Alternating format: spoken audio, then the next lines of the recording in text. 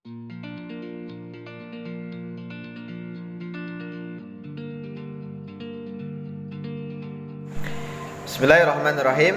Assalamualaikum warahmatullahi wabarakatuh. Alhamdulillah wassalatu wassalamu ala rasulillah Sayyidina Muhammad ibni Abdillah. La haula wa la quwata illa billah. Anak-anakku sekalian yang berbahagia, apa kabar kalian? Mudah-mudahan kalian selalu sehat, selalu menjaga dirinya dengan ibadah kepada Allah, dan selalu senantiasa dalam kebaikan insyaallah ya. Anak-anakku sekalian, Ustadz senantiasa terus mengingatkan kepada kalian untuk menjaga protokol kesehatan dengan memakai masker menutupi hidung dan mulut, kemudian menjaga jarak dan sering-sering mencuci tangan atau menggunakan hand sanitizer supaya kita terhindar, berikhtiar untuk menghindari daripada pandemi yang hari ini kita hadapi bersama-sama. Anak-anakku sekalian, Ustadz juga terus mengingatkan kepada kalian untuk menjaga sholat 5 waktunya dengan baik dan dengan melaksanakan dengan khusyuk ya. Kemudian jangan terlalu banyak main game, jangan terlalu banyak main aplikasi yang tidak bermanfaat ya, sehingga itu membuat waktu kalian terbuang dengan percuma. Kemudian Ustaz juga mengingatkan untuk kalian senantiasa terus banyak baca Al-Quran selama di rumah dan membantu orang tua. Baik, anak-anakku sekalian, tujuan materi hari ini adalah IPS. Materinya tentang kegiatan ekonomi di dataran rendah dan dataran tinggi. Tujuan pembelajarannya adalah yang pertama, kalian mengetahui apa yang dimaksud dengan dataran rendah dan dataran tinggi. Kemudian kalian mengetahui contoh-contoh kegiatan ekonomi yang dilakukan di masyarakat di daerah dataran rendah dan dataran tinggi. Dua saja tujuan pembelajaran hari ini. Ustaz nanti akan sampaikan kepada kalian. Fokus, perhatikan, dan dibuka bukunya, buku pena, dan dibuka buku catatannya sambil memperhatikan di video Ustaz. Baik, anak-anakku sekalian, kita mulai. Kita akan mendefinisikan terlebih dahulu apa yang dimaksud dengan dataran rendah. Jadi dataran rendah itu adalah dataran yang luas dan rata yang terletak antara 0 sampai 200 meter di atas permukaan laut.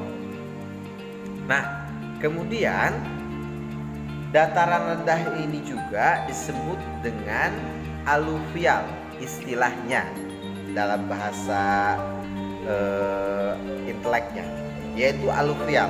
Apa itu aluvial? Aluvial itu adalah salah satu jenis tanah yang berasal dari endapan aliran sungai. Itu disebut dengan aluvial atau dataran rendah juga. Jadi istilah dataran rendah itu adalah aluvial. Nah, di dataran rendah ini juga memiliki area yang relatif datar, sehingga banyak sekali orang-orang yang bisa melakukan aktivitas-aktivitas di dataran rendah ini. Ya, termasuk kita di Bogor ini termasuk dataran rendah. Karena kenapa? Karena di dataran rendah itu banyak sekali orang-orang yang bisa melakukan aktivitas. Pertama, aksesnya mudah, ya. Kemudian pengiriman barang dan jasa juga menjadi lebih mudah. Pengangkutannya, kemudian mobilitas antara interaksi sosial kita dengan kalau kita mau belanja apapun itu mudah semuanya, karena semuanya berada di dataran rendah, sehingga membuat ketika kita melakukan interaksi ekonomi atau melakukan kegiatan ekonomi, maka semuanya berjalan dengan lancar. Apalagi zaman sekarang itu luar biasa. Dengan menggunakan handphone saja kita bisa tinggal menunggu barangnya datang sudah nyampe rumah, depan rumah. Ya, itu luar biasa, ya. Dan itu karena kenapa mudah? Karena kita berada di dataran rendah. Jadi mobilitasnya lebih mudah. ya. Tapi zaman sekarang juga, apalagi di era digital hari ini, semuanya sudah bisa terakses dengan baik. Biasanya kalau di dataran tinggi itu memang agak sulit ya, karena dia berada di jauh di kampung sana, kemudian dia dekat dengan gunung, sehingga akses pengangkutan barang dan jasa pun agak sedikit terhambat. Tapi bisa, kalau untuk zaman sekarang masih bisa, pengiriman barang dan lain sebagainya itu masih dikategorikan masih bisa.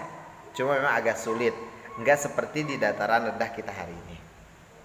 Oke, itu ya teman-teman. Nah, kemudian apa saja contoh-contoh kegiatan ekonomi yang ada di dataran rendah ini? Nah, Ustadz ambil contoh ya. Yang pertama di pertanian, ada padi, ada tebu, ada pohon karet, kelapa sawit, dan lain sebagainya. Itu banyak sekali ketika kita melakukan kegiatan ekonomi di dataran rendah. Kemudian dari peternakannya apa? Dari hewan ternaknya, ada ayam, ada kambing, sapi, kemudian budidaya ikan dan lain sebagainya. Itu bisa kita lakukan di dataran rendah.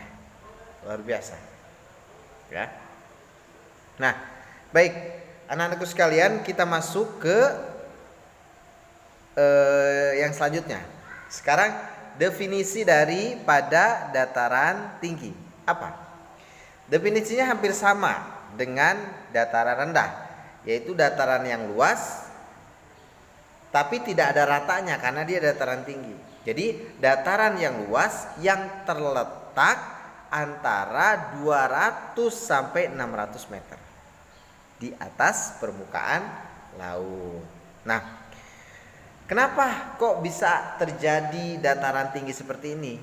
Karena pertama ada erosi atau sedimentasi pengendapan material.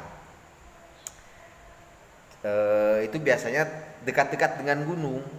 Jadi erosi dari gunung itu terbentuklah satu wilayah sehingga menjadi disebut dengan dataran tinggi. Nah, seperti itu. Nah, kegiatan ekonomi dari dataran tinggi ini biasanya yang pertama ada aktivitas ekonominya, ada perkebunan dan peternakan. Perkebunannya banyak, ada kebun teh, ya. Kemudian ada sayur-sayuran, kemudian ada apa lagi?